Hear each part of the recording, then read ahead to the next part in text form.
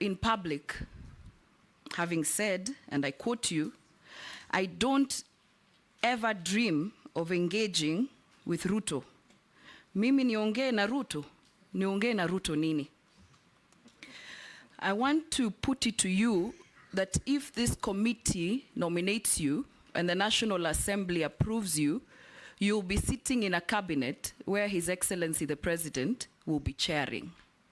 I would like to know whether mutaongea nini kwa hiyo cabinet.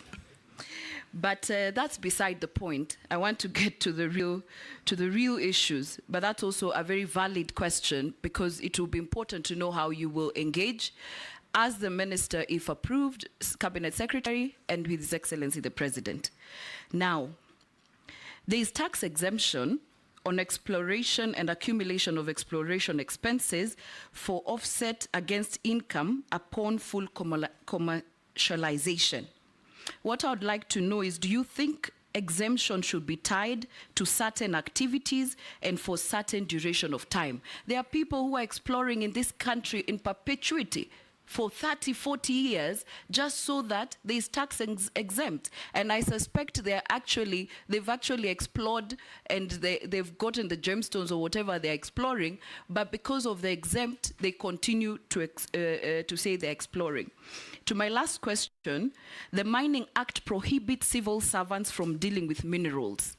According to Article 81 of the Mining Act, no person, whether civil or military, and serving in government is allowed to directly or indirectly acquire or hold any right or interest under any prospecting right.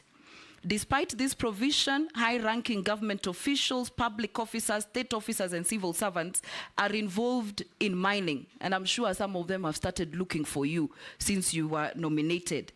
What mechanisms and plans will you put in place to ensure that revenues from gemstone mining do not end up in the pockets of cartels without disclosure? Actually, I thought cartels are only in agriculture, health. I've come to realize during this appointments committee, cartels are everywhere, including mining. And how do you intend to protect and shield communities from unscrupulous miners and cartels? Nelson Koech.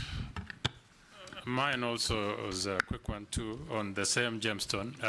Late last year, the president had this launched, it's called Voi Gemstone Value Addition Center.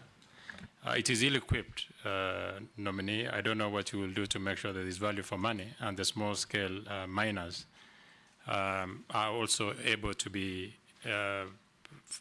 able to sell their mines in Voi Additional Center, Gemstone Additional Center. Number two is the mining law sets up several mechanisms which Kenyans can enjoy direct benefits from minerals. That is, for every sale of mineral, proportion of value of mineral is paid to the government as royalty, which is shared between national and county government and mining communities in the ratio of 70, 20 to 10, respectively. How then will you do differently to ensure the same is adhered to mining communities and county benefits? Nominee.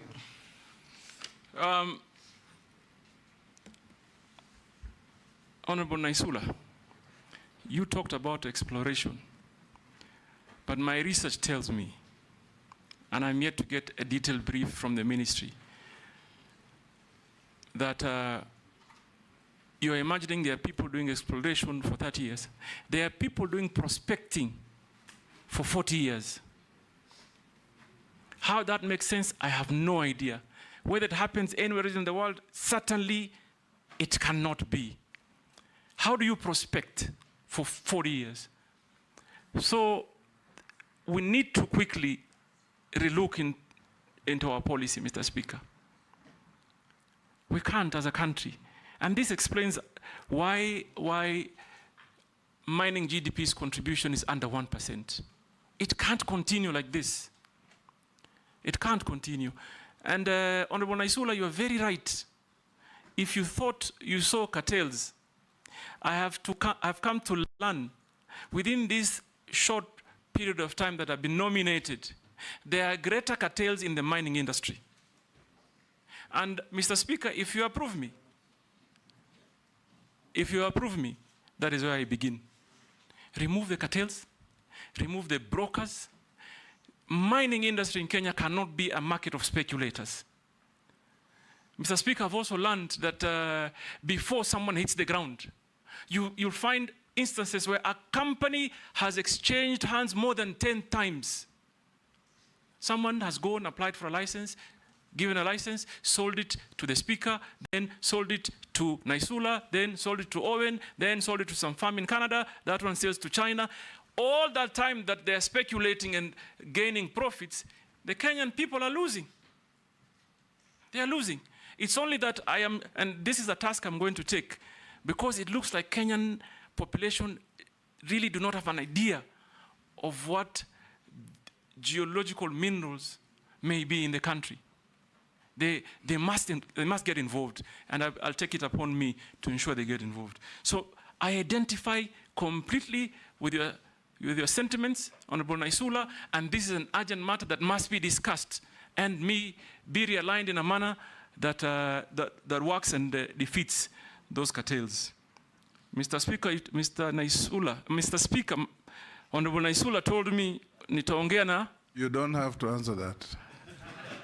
Only fools don't change their minds. I was going to say it in Kiswahili. Go on and answer the other question. Wapumbavu tu ndo wabadilishe There is mawazo. a question on communities. Yeah, I'm coming to that. Yes. Number one, I've already picked an issue on, for example, timely disbursement of royalties. Mr. Speaker,